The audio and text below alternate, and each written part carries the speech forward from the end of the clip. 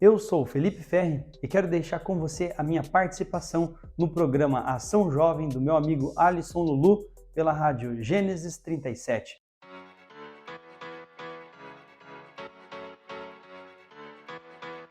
No programa de hoje eu fiz a provocação acerca do custo do discipulado, a doutrina da imitação de Cristo, com base numa obra do pastor Jonas Madureira.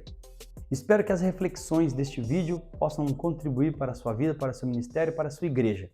Aos irmãos que estão nos ouvindo nessa oportunidade, eu venho aqui trazer algumas provocações espirituais e alguma necessidade da nossa igreja, né? Da igreja do arrebatamento, da missão de Jesus para a igreja nessa peregrinação na terra. Então é importante que você reflita comigo, que são questões pessoais e questões também comunitárias. Não se trata só da igreja, mas também de nós como nossa conduta cristã. Como eu já referi, eu gosto muito de leitura. Toda vez que eu leio, alguns livros eu acabo extrapolando os dias e horas de leitura porque eu medito muito. E a meditação de hoje, com base em Lucas capítulo 14, do versículo 25 ao 35, é de um livro do pastor Jonas Madureira. Ele é um pastor batista, né? E ele fala sobre o custo do discipulado, é a doutrina da imitação de Cristo. E aí, claro, com base no livro, né, pós-leitura, eu tive uma reflexão e acabei ali pegando alguns pontos do livro, do estudo, e agregando, né, o nosso pensamento aí. Então, em Mateus 28, no versículo 19 e 20, nós temos ali uma missão de Jesus para o crente. É uma missão que ele vai designar a grande comissão aos discípulos que o cercavam pós-ressurreição, e diz assim: portanto, ide fazer discípulos de todas as nações. Em algumas versões bíblicas vai estar ide ensinar todas as nações, batizando-os em nome do Pai, do Filho e do Espírito Santo, ensinando-os a guardar todas as coisas que vos tenho mandado. E eis que eu estou convosco todos os dias até a consumação dos séculos. Amém. Então nós percebemos nessa leitura a missão de Jesus, né, e fazer discípulos, é pesado, porque nos cobra. Essa cobrança, ela nos constrange também, porque ela demanda nosso trabalho no Evangelho. Essa cobrança de Mateus capítulo 28, versículo 19 e 20, ela nos cobra diariamente o que nós estamos fazendo pelas almas. Então, a relação discípulo-discipulado, ela é muito engraçada. A relação discípulo-discipulado, ela é interessante, né? Porque ela tem dois sentidos. O discipulado, ele tem dois sentidos. Dos múltiplos sentidos, dois aqui eu quero destacar. O primeiro sentido do discipulado é o ato de seguir a Jesus, ou a imitação de Cristo. O segundo sentido é o ato de ajudar alguém a seguir a Cristo. E aí vai ser, o discipulado, ele é um termo homônimo ou também polissêmico, isto porque ele possui vários sentidos, o termo discipulado. Veja que, a título de exemplo, a palavra manga é um termo polissêmico. Você tem o sentido de manga de uma camisa, ou você tem manga fruta. Cesta, nós podemos ter a cesta de frutas ou sexta-feira. Rosa é um nome de uma pessoa, de uma flor. Rosa também é uma cor. Então perceba que quando a gente fala desses termos, a gente tem uma distinção do sentido deles. Agora, quando a gente fala de discipulado, a distinção do sentido é um pouco mais difícil, porque a compreensão que se tem acerca de discipulado geralmente está ligado àquele pequeno curso de preparação batismal. Então, a preparação batismal é um tipo de discipulado. O ingresso no Evangelho é um tipo de discipulado. Todavia, a nossa vida perante Jesus Cristo também é um discipulado. Então, veja os sentidos de imitar Cristo e ajudar outro a imitar Cristo. Então, essa relação, ela é impactante, ela é uma relação pesada, ela é forte demais. Só que a gente precisa encarar essa realidade. Nós não podemos nos omitir a essa verdade do discipulado. E é uma necessidade cada vez mais emergente. Sempre foi. Tanto que não é algo que deixou de ser feito. Também não é algo que é para ser feito a partir de agora. Lá em Mateus 28, na grande comissão, Jesus já está dando as últimas instruções e também cobrando esse discipulado diretamente dos discípulos para imitarem a ele e também para que ajudassem outros a seguir a ele. Então, entendendo que o discipulado é essa imitação de Cristo e essa ajuda de outra pessoa a imitar a Cristo, nós já encontramos aqui os dois sentidos. Agora, qual é o custo de seguir a Jesus? E esse custo ele tem que estar na nossa mente, tanto para nós seguirmos a Jesus como discípulos de Cristo, quanto para ensinarmos outro. É uma responsabilidade nossa de sermos discípulos, participarmos do discipulado de Cristo, mas também a nossa responsabilidade de discipular alguém.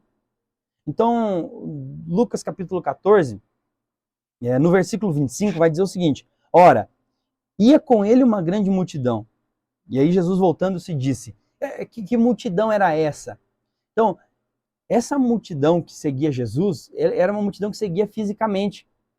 E aí, já fazendo ali a distinção de multidão e discípulos, a multidão seguia fisicamente, os discípulos seguiam fisicamente e espiritualmente, entende? E essa multidão que seguia, a multidão, o povo que ali está colocado como multidão, não tinha rosto, não tinha nome, não tinha CPF, eram anônimos, desconhecidos. Agora, precisamos entender que a multidão não queria confessar Jesus publicamente. A multidão não queria compromisso com Jesus. A multidão não queria se identificar como seguidor de Cristo. A multidão só queria estar ali fisicamente, por parecer bonito, por o alimento que era fornecido ao final dos encontros, pelos sinais que se realizavam nos encontros. Então a multidão seguia por esse viés. Os discípulos seguiam porque espiritualmente eles estavam ligados a Jesus. Porque espiritualmente eles se viam em Jesus. Eles queriam imitar a Jesus, eles queriam ser iguais a Jesus. E aí, lá em Atos 11, 26, onde vai dizer que, pela primeira vez em Antioquia, os discípulos foram chamados de cristão. A gente percebe que primeiro eles eram discípulos para depois serem chamados de cristãos. Primeiro eles confessavam a Jesus publicamente. Primeiro eles imitavam a Cristo. E olha só, eles eram tão imitadores de Cristo que eles olharam e falaram: esses discípulos de Cristo imitam tanto a Cristo, eles são tão parecidos com Cristo, que eles precisam ser reconhecidos como cristãos. Isso é o peso do discipulado. É ser parecido com Cristo, é ser chamado de cristão. E aqui nós distinguimos o cristão nominal do cristão genuíno. O cristão nominal ele tem nome de cristão porque ele frequenta uma denominação, porque ele participa de uma liturgia, porque ele faz um devocional, porque ele tem, em algum momento ele faz alguma coisa que vai nominar ele como um cristão. Veste uma camiseta, faz uma publicação, isso vai dizer que ele é um cristão. Mas o genuíno é aquele que, de uma maneira total, de uma entrega total, ele se parece com Cristo, no que ele fala, no que ele faz. Então, quando a gente fala do custo de seguir a Jesus, nós temos elencados ali 3 custos. O versículo 26 fala que o primeiro custo é o amor, o segundo, do versículo 27, é o sofrimento, e o terceiro vai ser, do versículo 33, o desapego. Pode voltar ali nessa tela. E aí, acerca desse custo de seguir a Jesus, é preciso calcular esse custo, pois querer entrar no reino de Deus sem saber os custos pode haver consequências. Hoje nós temos cristãos nominais, pessoas fracas na fé, porque não têm um bom discipulado, porque não são bons discípulos. Nós temos crentes desviando, nós temos crentes parando, nós temos pessoas enfraquecidas na fé, porque elas vêm para a igreja e aí elas passam a ser chamadas de cristãs. Eu sou cristão, nominal, mas não discípulo, porque não calcula o custo. E Jesus, inclusive, dá 2 ilustrações. No versículo 28, ele diz o seguinte: pois qual de vós, querendo edificar uma torre, não se assenta primeiro e faz as contas dos seus gastos, para ver se tem com que acabar? para que não aconteça que depois de haver posto os alicerces, a não poder acabar, todos os que virem comecem a escarnecer dele, dizendo, este homem começou a edificar e não pôde acabar.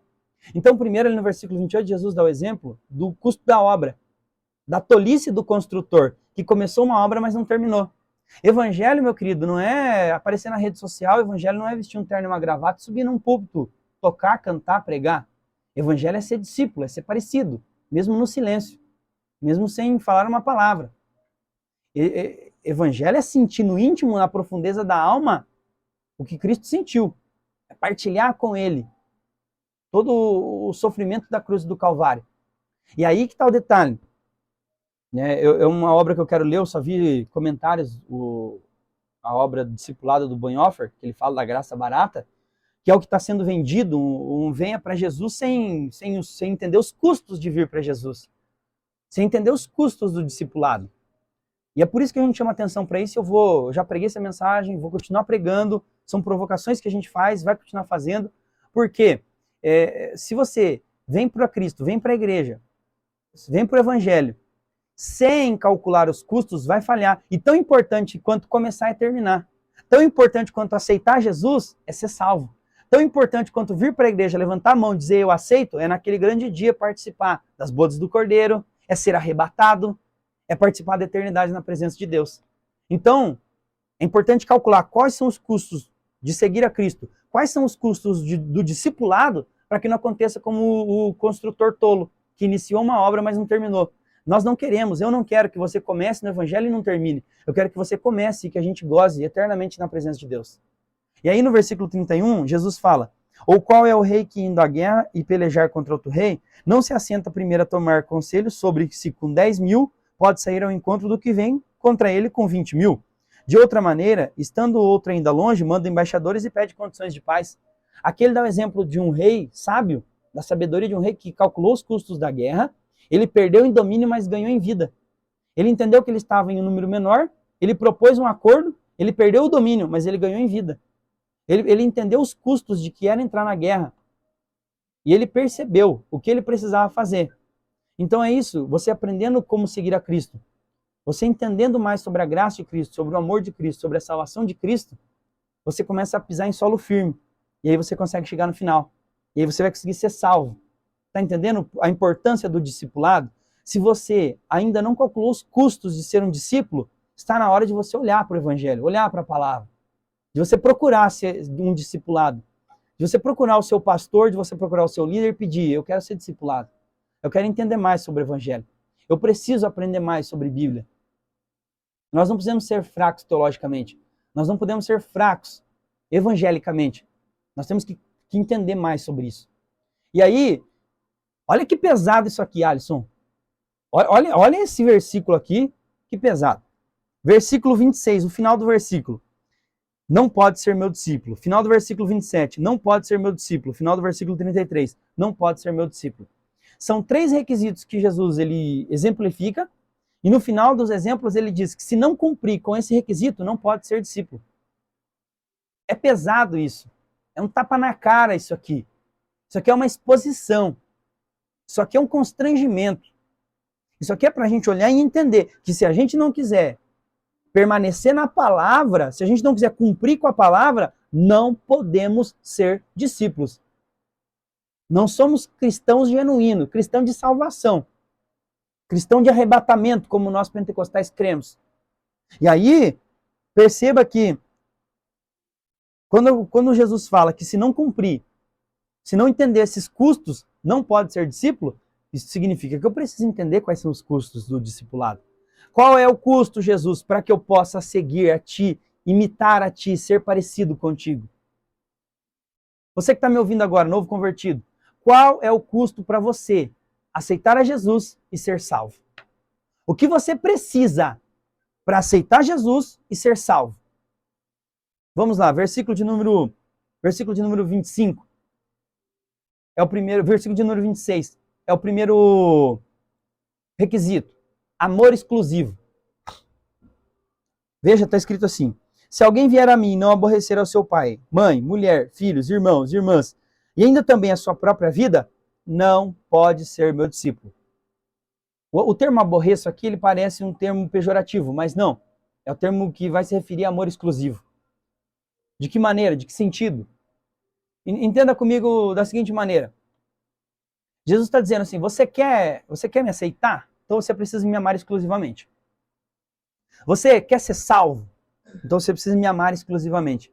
Você quer ser meu discípulo? Quero. Então você precisa amar exclusivamente a Jesus. Como assim? Há uma frase que diz da seguinte maneira: para objetos distintos, amores distintos. Como assim? Você vai amar o seu pai, a sua mãe, diferente do que você vai amar o seu cônjuge. Diferente como você vai amar o seu filho. Diferente como você vai amar seu amigo. Diferente como você vai amar seu trabalho. Diferente como você vai amar seu patrimônio. Diferente como você vai amar a sua própria vida. Diferente como você vai amar a Deus. Para objetos distintos, amores distintos. Cada qual você vai ter um peso e uma medida. Então, na ideia de todos os amores que nós temos na nossa vida, cada um nós temos de uma intensidade, de um nível, de um grau, e aí nele nós priorizamos. Hoje eu priorizo o amor à minha família. Ou hoje eu vou priorizar o amor ao meu trabalho. Ou hoje eu vou priorizar... Você percebe como a gente consegue priorizar amores e dizer uma pessoa que sofreu um infarto e conseguiu sobreviver a uma tentativa, né, a um acidente, sobreviveu a uma situação catastrófica, ele vai parar, uma pessoa que teve uma obesidade e quase faleceu por esse motivo, quando ela se recupera, ela vai dizer, agora eu vou amar minha vida, eu vou priorizar minha saúde. E ela vai colocar, às vezes, em detrimento do seu trabalho. Então, uma pessoa um pai que quase perdeu um filho, quando o filho se recupera, ele vai priorizar o filho em relação aos bens materiais. Eu poderia aqui ficar a tarde inteira dando exemplo para você. O que eu quero dizer é que, para objetos distintos, amores distintos, cada área na nossa vida a gente ama de uma maneira, uma coisa diferente. Ponto. Agora, Deus não se enquadra nesse balaio. Deus não está nesse cesto. Deus não está nesse conjunto. Deus é exclusivo. O amor a Deus, amor a Cristo é exclusivo. Por isso o discipulado tem esse custo. Como assim, Felipe? Toda vez que o amor à sua esposa prevalecer, o amor a Deus, você não entendeu o discipulado, você não entendeu o evangelho. Toda vez que você priorizar o amor ao seu carro, à sua casa, à sua viagem internacional, ao seu sonho próprio, pessoal, ao seu desejo, toda vez que você colocar como prioridade e amar aquilo acima de tudo, você não entendeu o evangelho. Você não entendeu de ser discípulo. Você não entendeu o que é parecer com Cristo. E aí, quando você coloca como Cristo é o centro, Cristo é supremo, Cristo é superior, quando Cristo é o centro, é exclusivo o amor. Aí sim você está entendendo o preço do discipulado. Porque daí você vai entender que, se numa escala de prioridade, você coloca o amor de Deus como igual a todos, você às vezes vai amar uma coisa mais do que a Deus e vai deixar Deus em segundo plano, e Ele não quer isso. Ame a Deus acima de todas as coisas. Com todas as tuas forças, de toda a tua alma.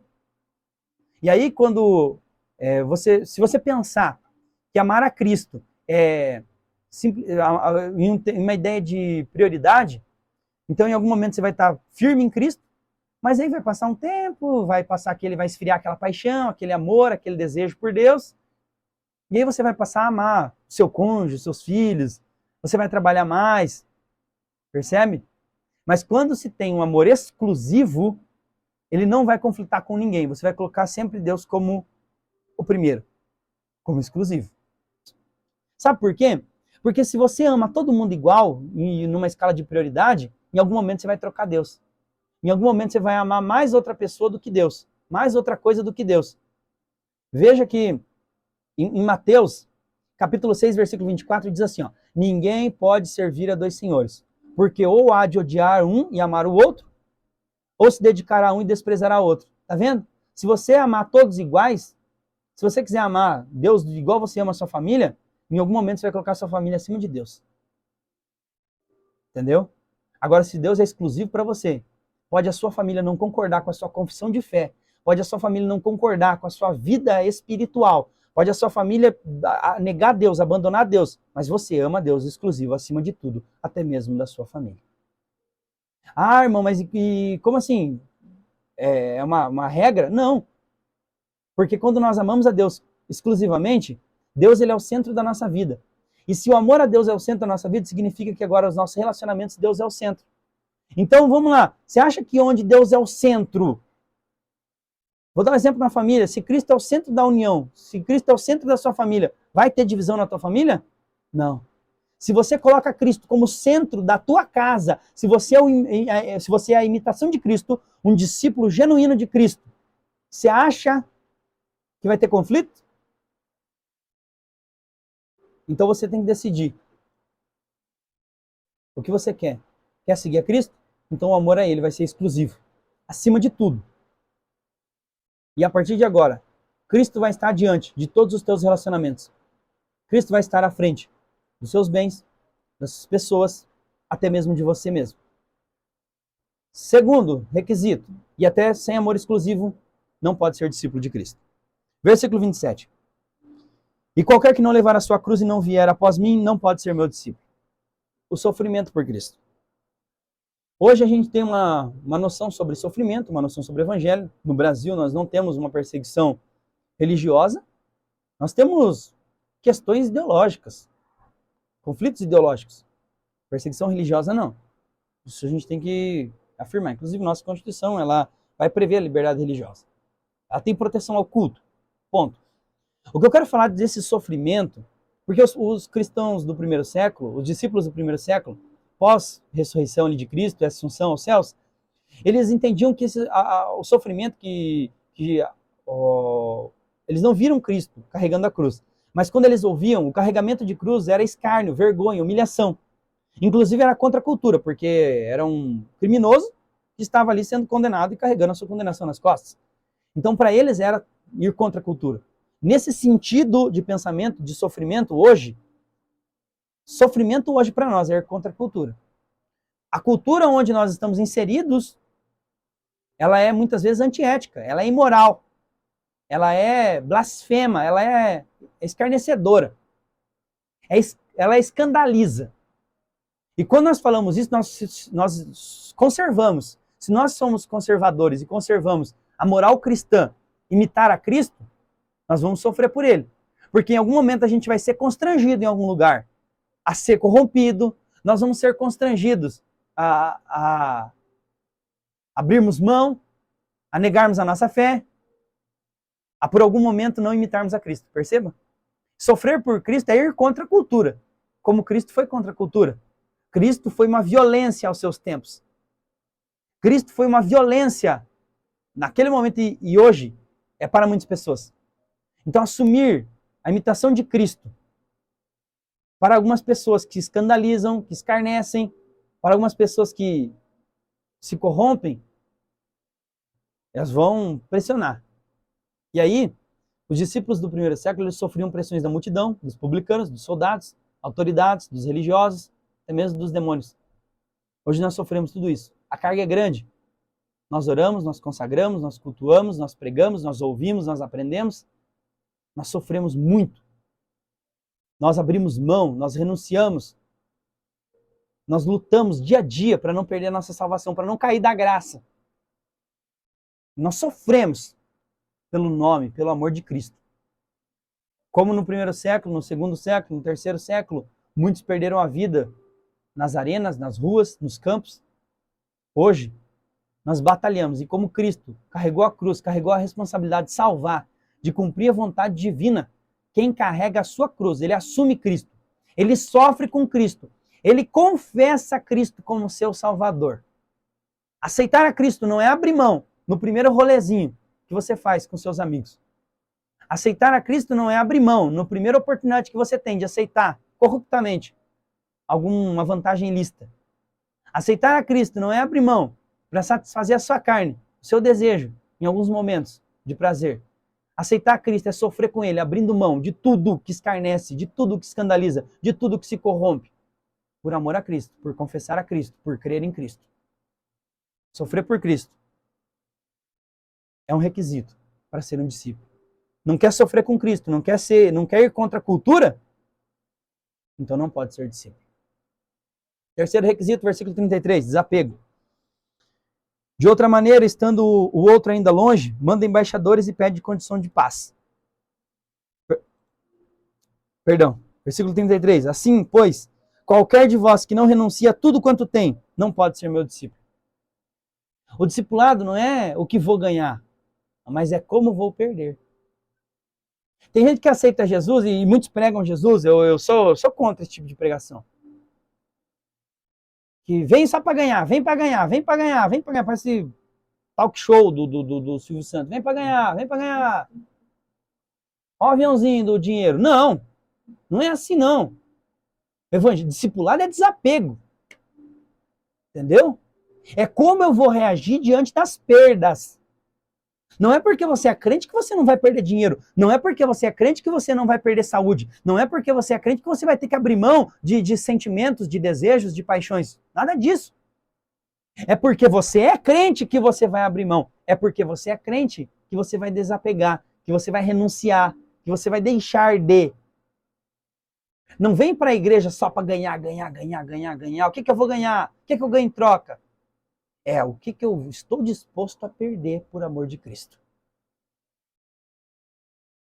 Aí tem pessoas que, diante do luto, meu horário já chegou ao fim aqui, mas ainda a gente tem para finalizar.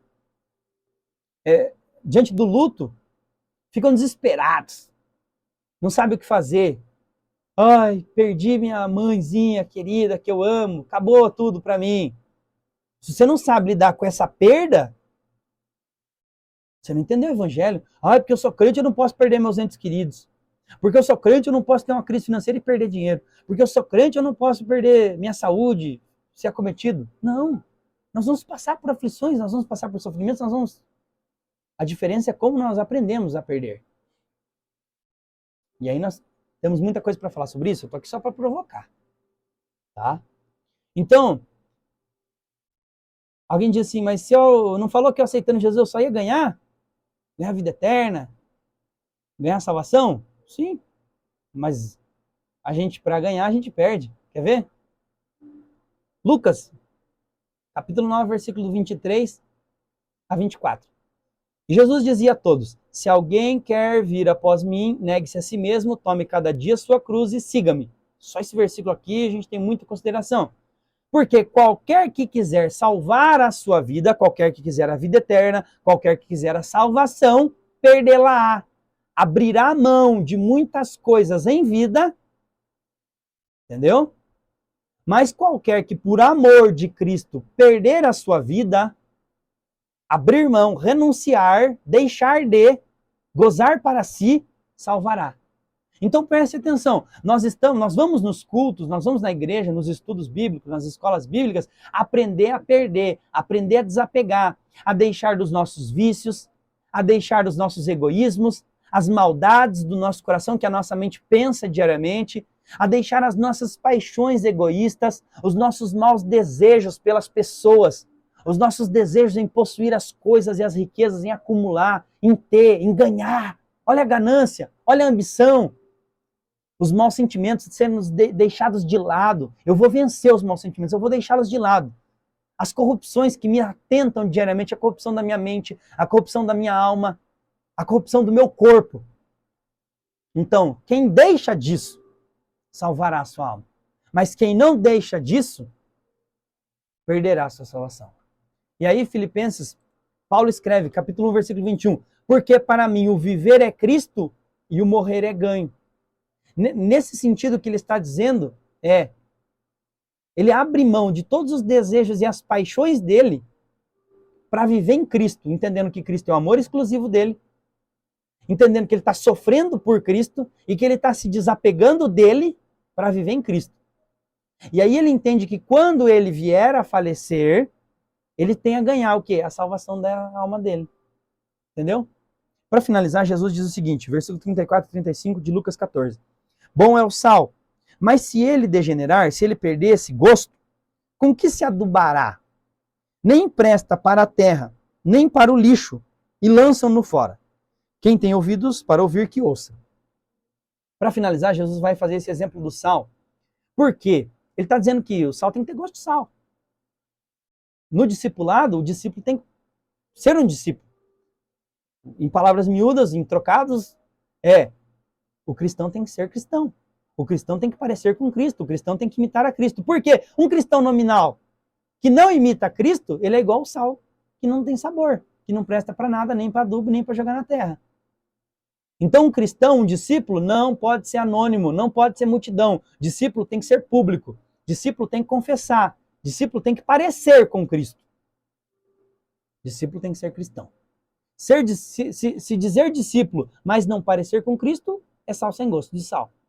Um discipulado fraco, um discípulo fraco é uma igreja fraca. Um discipulado forte é uma igreja forte. Diz que ovelha gera ovelha, discípulo faz discípulo. Olha como que eu falei que era polissêmico. Do mesmo modo que o discipulado é a minha condição perante Cristo, o discipulado também é ajudar alguém a seguir a Cristo. Então eu só vou discipular alguém sendo discípulo. O pressuposto de discipular alguém é que eu seja um discípulo, porque não tem como eu discipular alguém não sendo um discípulo. Para eu discipular, eu tenho que ser um discípulo. E aí não há um espaço no evangelho para faça o que eu falo e não faça o que eu faço. Tem um monte de cara enganando aí, dizendo faz o que eu faço, faz como eu mando, faz como eu prego, mas não faça como eu faço. Isso aqui não é discipulado. Isso aí nunca foi ser discípulo. Discípulo é parecer com Cristo. E parecer com Cristo é faça como eu faço. Há um jargão que atribuem ao militarismo, mas é propício para todo cristão, que diz assim, a palavra convence, mas o exemplo arrasta. Você pode pregar, você pode dar estudo, você pode fazer o que você quiser acerca do discipulado. Você pode estudar de tudo, pregar de tudo, mas você precisa ter um exemplo de cristão, um exemplo de discípulo. E aí com Paulo nós aprendemos em 1 Coríntios capítulo 11, versículo 1, e ele dizendo o seguinte, sede meus imitadores, como eu sou de Cristo. Aí a receita para um bom discipulado. Primeiro, seja um cristão, com gosto de cristão, com jeito de cristão, com essência de cristão. Sendo um bom cristão, sendo um bom discípulo, você vai estar apto para discipular. E como você vai discipular? Batendo no peito e dizendo, faça como eu faço. Sede meus imitadores, como eu sou de Cristo. Em Filipenses 3,17, Paulo diz o seguinte, sede também meus imitadores, irmãos, e tende cuidado, segundo o exemplo que tendes em nós. E aí, discípulo? Consegue bater no peito e dizer, eu sou um exemplo de seguidor de Cristo? Eu sou um bom cristão? Nós temos essa liberdade para isso. Você tem essa liberdade para dizer se você é um bom cristão. Você tem essa liberdade para dizer se é um discípulo. E eu estou aqui como um bom discípulo, lutando por princípios bíblicos para dizer que eu estou no discipulado. Eu sou um discípulo e eu estou discipulando. E eu estou alertando você e a igreja para a necessidade do discipulado. Fazer discípulo é uma missão. Mateus 28, versículo 19 e 20. Então, pastores, líderes, invistam no discipulado. Não é porque o crente já tem 30 anos que ele não tem que ser um discípulo. É aí que ele precisa ser o discípulo mais exemplar. Então tem gente que acha que foi só lá quando ele se converteu que ele fez o livretinho do discipulado e ponto. Não, não parou lá não. E você, novo convertido, chegue no seu líder, chegue no seu pastor e peça para ele o discipulado. Entenda mais sobre os custos de amar exclusivamente, de sofrer por Cristo e de desapegar.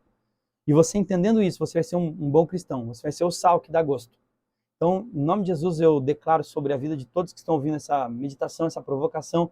Essa mensagem era para ser um bate-papo, mas acho que eu tomei aqui, eu tomei a cena aqui porque eu me empolguei, eu já ministrei essa mensagem, eu vou ministrar mais vezes ainda. Eu quero repeti-la em muitas igrejas, porque é uma necessidade, é uma importância, e não vou abrir mão de pregar sobre o discipulado, de pregar sobre a imitação de Cristo. É para isso que nós estamos aqui nessa disposição. Muito obrigado, Alisson, e a sua esposa também, que nos recepcionaram nessa tarde. Para mim é uma satisfação muito grande participar. Quero voltar aqui em nome de Jesus. Se tiver alguém que está nos ouvindo e deseja nesse momento ser um discípulo de Cristo, participar do discipulado, ser a imitação de Cristo, nós estamos aqui para fazer esse apelo para você, para aceitar Jesus como seu Senhor e como Salvador da sua alma. Faça a oração de confissão, dizendo, eu aceito Jesus Cristo como único e suficiente Salvador da minha alma, perdoando os meus pecados, e preparando para o grande dia do encontro. Eu oro em seu favor e levanto a minha voz em oração. Senhor Deus Pai, em nome de Jesus Cristo eu clamo nessa oportunidade, porque eu acredito no poder do discipulado pela palavra. Nós imitamos a Ti, nós nos parecemos contigo, nós somos honrados por isso e queremos honrar o Seu nome. Nós estamos nessa batalha, nessa peregrinação, nós precisamos amar acima de tudo, exclusivamente, todo o nosso coração, toda a nossa alma, todas as nossas forças, todos os nossos pensamentos. Estamos aqui para nos entregar nas Tuas mãos, Jesus, dando graça pelos espectadores deste programa, pela vida do Alisson, da sua esposa, da Rádio Gênesis 37. Oramos, Jesus, pedindo que o discipulado ganhe força nas igrejas, nas casas, que nós tenhamos cada vez mais cristãos genuínos, cristãos crentes, cristãos com gosto e não cristãos nominais. Nós glorificamos a Ti, obrigado por essa oportunidade. Eu Te amo, Jesus. Eu declaro toda a minha entrega a Ti. Obrigado, de coração. Obrigado, Jesus, de todas as minhas forças. E nessa oportunidade, as pessoas que aceitaram a Ti, que reconciliaram, possam dar um retorno para nós, para que a gente possa auxiliá-las nesse discipulado. Nós estamos aqui para imitar a Ti, ser um discípulo. E também, Jesus, para ajudar outras pessoas a serem discípulos também. Nós Te glorificamos. Amém. Não esqueça de se inscrever no canal, curtir o nosso conteúdo, compartilhar, ativar também o sininho de notificação para ficar atento em todo o nosso conteúdo. Procure também Felipe Eduardo Ferri no Instagram e no TikTok. Um grande abraço e tamo junto!